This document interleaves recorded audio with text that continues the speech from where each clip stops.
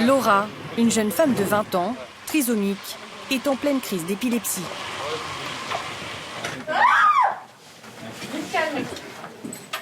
C'est le centre où elle est hébergée qui a prévenu les pompiers et le SAMU d'Arras, après une série de convulsions inquiétantes. Son cas est prioritaire. La jeune femme risque des séquelles neurologiques. Elle est emmenée en salle dite de déchoc, 4 lits pour les cas les plus graves. Épileptique depuis 2007. Depuis 9 heures, elle a fait 7 crises convulsives. D'accord. Juliette Baquet, le médecin urgentiste de garde ce jour-là, doit décider seule de la suite des opérations. Attention. Elle fait administrer un puissant sédatif pour empêcher de nouveaux spasmes. Voilà, doucement, doucement, doucement. Est-ce que vous avez mal quelque part? Je pose à la langue. Comme elle a la langue du salon, elle a plein de sang dans la bouche. Laura est la 20e patiente de la matinée. Son état est à peine stabilisé que le docteur Baquet doit gérer une nouvelle arrivée. Et qu'est-ce qui vous amène alors aujourd'hui? Parce que j'ai mangé, ça me bouffait, j'ai fini tout rouge. Est-ce qu'il fait mal l'estomac? Oui, l'estomac il fait mal. Juliette doit éviter l'engorgement. Dès qu'un patient n'est plus en situation d'urgence, il est censé quitter le service. Mais pour 2 d'entre eux, il n'y a plus de place en pneumologie à l'étage. Monsieur, ça fait presque 2 jours qu'il est chez nous. Et madame, ça fait 24 heures. D'accord. Et ça, c'est des situations qui arrivent Tous les jours. Et elle n'arrive pas à s'adapter peut-être. un casse-tête. D'autant que le médecin découvre que Laura souffre elle aussi d'une infection pulmonaire. Il y a un beau foyer au niveau de la radio. C'est ce qui explique du coup le fait qu'elle ait des crises d'épilepsie. Donc ça devient pneumologique. Il n'y a pas de place en pneumologie. Donc le problème, on revient au même problème de où est-ce qu'on va mettre la dame. Faute de place dans un service adapté, Laura va rester 2 jours aux urgences. À Béthune, comme partout en France, la fréquentation du service des urgences de l'hôpital a doublé en 20 ans. Est-ce que ça tourne? Il accueille une centaine de patients chaque jour. Ah ben qui est tombé, et puis j'ai cogné ma tête sur le coin de la table. Manque de lits, manque d'effectifs. Ça fait une demi-heure que le docteur je m'en vais. Dans les couloirs, les brancards frôlent parfois l'embouteillage. C'est quoi votre nom, monsieur? Est-ce que vous avez mal quelque part? Débordés, médecins, infirmiers et aides-soignants se disent eux aussi au bord du malaise. Je reviens vers vous après, monsieur. D'accord, je fais les transmissions avec ma collègue, je reviens vers vous après. Parmi les 46 personnels infirmiers qui travaillent aux urgences, Alice, 24 ans, l'une des dernières recrues. Elle entame une vacation de 7 heures et la liste des patients est déjà longue. Alors, 4, 6, 8, 9. En sachant que ça va faire que défiler parce qu'il y a de l'attente, il y a encore du monde, je vois dans le couloir là-bas au bout. Sa tournée des malades, c'est un peu la tournée des problèmes de l'hôpital. Monsieur Valenbois, est-ce que vous l'avez eu l'échographie ou pas encore? Pas encore, vous attendez? Cet homme, souffrant de douleurs abdominales, est arrivé à minuit. Il attend une échographie depuis près de 15 heures. Mais il n'y a pas de radiologue à l'hôpital le week-end. Les gens, ils n'ont pas le droit d'être malades le dimanche apparemment. Il faut être malade que le lundi et le vendredi. Enfin, du lundi au vendredi, pardon. Il devra attendre que celui qui est de garde chez lui soit disponible. Ça va, monsieur? Pas de radiologue, Pas de douleur? ni d'urologue. Ah bah là, vous avez l'oxygène dans la bouche, ça va pas servir à grand-chose. Hop, on va remettre ça dans le nez. Faites voir le bras, monsieur, on va prendre la tension. Ce patient souffre d'une infection urinaire. Il a été placé sous antibiotiques. On va voir la main ici. Seul un urologue peut décider de sa sortie. Il va donc devoir attendre lundi qu'il revienne et passer une seconde nuit aux urgences. C'est des gens qu'on ne peut pas faire sortir, à qui on ne peut pas chercher une destination ou chercher une place dans un service. Donc c'est des choses qui vont forcément encombrer le service et ça c'est ce qu'on retrouve tous les week-ends. On est embêté avec ça tous les week-ends. 5 personnes sont ainsi coincées dans les box, en attente de l'avis d'un spécialiste. Les nouveaux arrivants, eux, doivent patienter dans les couloirs. Après 1 an et demi de service, Alice connaît bien certains habitués. Vous avez le souvenir là ? Non.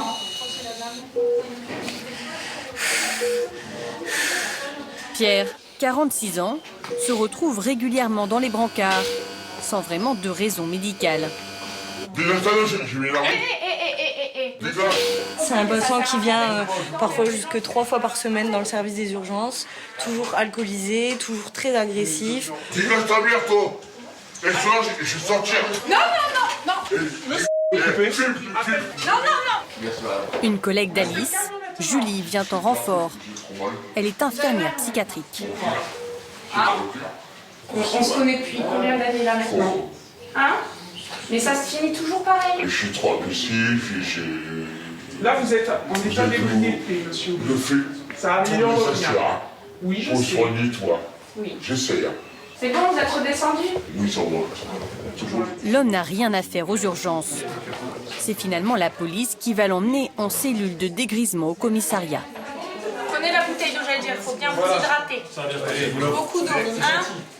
Ils sont tellement impulsifs qu'on se dit toujours qu'on peut. Et d'ailleurs, j'ai déposé récemment un dossier de plainte pour une agression physique au sein du service. Donc oui, c'est quelque chose qu'on craint très régulièrement avec des personnes qui plus est désinhibées par l'alcool, peuvent s'en prendre à nous de façon très impulsive. Depuis le début de l'année, 6 membres du personnel soignant ont déposé plainte pour agression. Merci. Allez Cendrillon, donnez le pied. Je vous mets les chaussons magiques. C'est pour mettre à vos pieds. Ah bon? Ouais. Si pour Julie, ce métier est une vocation, travailler aux urgences ne fait plus rêver. L'hôpital n'arrive pas à recruter les 2 infirmiers psychiatriques, ni les 4 médecins urgentistes dont il a besoin, alors que le nombre de patients augmente de 3 à 4% chaque année. Une femme de 37 ans vient d'être amenée en salle de déchoc. Elle a été retrouvée inconsciente à son domicile, Vous avez envie de vomir là? avec à ses pieds des boîtes d'antidépresseurs et d'antalgiques. On est à H4 aussi ou pas? On sait à quelle heure elle a pris les... À quelle heure vous avez pris les médicaments, madame? Est-ce que vous vous rappelez? Qu'est-ce qu'il y a? Qu'est-ce que vous voulez dire? Qu'est-ce qu'il y a? Hein? Julie lui administre un antidote pour contrer les effets d'une éventuelle surdose de médicaments. Après chacune de ces interventions, elle doit rédiger un rapport pour ses collègues qui prendront le relais. Un travail fastidieux, 20 minutes en moyenne par patient. Le week-end dernier, je suis montée à 12 patients sur mon poste. Donc 12 patients, mais avec une prise en charge globale du patient, la famille, l'administratif, les soins. Donc ça peut prendre beaucoup de temps. Si je considère 1 heure par patient, 12 patients, voilà. Mes postes font 7h30. Avec 4,5 grammes d'alcool dans le sang, la patiente est finalement transférée dans le service de réanimation pour surveiller tout risque de coma. Elle en sortira le lendemain, sans séquelles.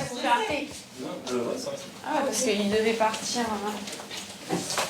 Quand elle le peut, Julie rejoint ses collègues pour dîner, comme Alice, la jeune recrue.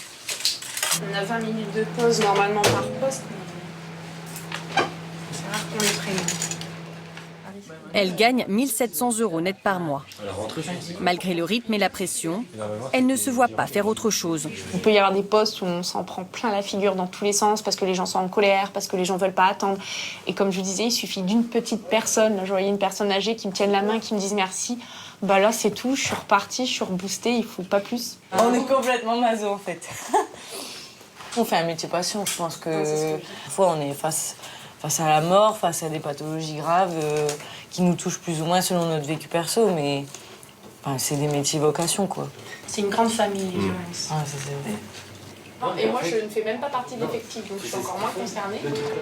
Le soir, quand les cabinets médicaux de ville ferment, l'hôpital, ouvert 24 heures sur 24, devient le seul point de chute pour les 300 000 habitants du secteur.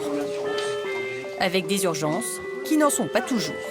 Si vous venez pour la prescription de Ventoline, vous pouvez aller directement à la maison médicale de garde, parce que ça ne relève pas des urgences. La nuit, sur les brancards, de nombreuses personnes âgées. Vieillissement de la population, manque de place en gériatrie, un quart des patients a plus de 75 ans. C'est le cas de Madame Palisse, qui vient aux urgences tous les 3 mois et pour laquelle le personnel n'a pas vraiment de solution à long terme. Madame Palisse, vous allez rester là cette nuit, encore avec nous? Je sais pas. Ouais, si vous deviez monter en néphro, mais il n'y a pas de place pour vous aujourd'hui. Alors je reste ici. Du coup, vous restez ici dans la chambre. J'ai froid partout. Ah là, vous avez déjà des couvertures? En attendant, je vais les cailler. Comme elle, ce soir-là, Allez, le repas il va arriver, hein. une dizaine de patients n'ont plus aucune raison de rester aux urgences. Les médecins de garde passent leur temps à essayer de leur obtenir des lits dans les services dont relève leur pathologie. Oui, bonjour, docteur Dada. Vous pouvez me passer un urologue d'astreinte ou un urologue? Le docteur Dada, urgentiste depuis 27 ans, Ok, très bien, merci. court derrière les lits en permanence. Urologue. Bon, il ne prend pas. Je m'y attendais. Du coup, c'est beaucoup de téléphone en fait. Notre métier, c'est beaucoup de téléphone. Je ne le savais pas au départ, mais que j'aurais dû faire standardiste avant. Bon, à plus. À 10h du matin, le docteur rentre chez lui, ravi de finir sa 24e heure de garde. Euphorique. C'est vrai en plus. On appelle ça le syndrome frontal de post-garde. On s'habitue à ça? On en devient dépendant. Carrément. Regardez, ça fait plus de 20 ans. Il habite à M, dans la banlieue lilloise, à 45 minutes de l'hôpital. Mais en ce moment, il ne peut jamais vraiment décrocher. Il faut reconduire ou non le mouvement de grève. Les annonces d'Agnès Buzyn hier n'ont pas forcément convaincu, avec un chèque de 750 millions d'euros, pourtant pour désengorger les urgences d'ici 2022. Mais pas de nouveaux effectifs pour autant, pas de création de lits supplémentaires non plus, comme le réclamait pourtant les J'étais toujours grévistes. optimiste, mais là, je commence à devenir pessimiste. C'est-à-dire que là, il y a des nuits, on arrive et on ne sait plus où mettre les gens. Voilà. Ça devient catastrophique. Et là, on arrive effectivement au bout du bout. On voit les gens sur les brancards ou sur les lits et qui sont là depuis je ne sais pas combien de jours. Quand vous avez quelqu'un qui fait caca et l'autre qui petit déjeune à côté, on est quand même impacté, quoi. Voilà. Donc on ne peut pas s'en foutre et dire bah voilà, c'est pas mon problème. Le docteur Dada a acheté cette maison il y a 5 ans. Il y vit avec sa femme et ses 2 enfants. Mais quand il rentre, à cause de ses horaires décalés, elle est souvent vide. Fatigué? Ça va. Sa femme était urgentiste aussi, mais a préféré changer de métier pour construire une vie de famille. Pour le docteur Dada, difficile d'en profiter. Voilà, je fais des jours et des nuits, des week-ends. L'école, par exemple, voilà, ils sont là samedi, dimanche. Moi, samedi, dimanche, très souvent, je ne suis pas à la maison. Si, là, comme j'ai rallongé un petit peu, j'ai mon garçon qui m'a enlevé papa, bah, ça fait longtemps qu'on t'a pas vu, quoi. Et ça me fait un peu mal au cœur, quand même, de dire... Après, je regarde dans le frigo s'il y a des restes de la veille, pour mon repas du midi.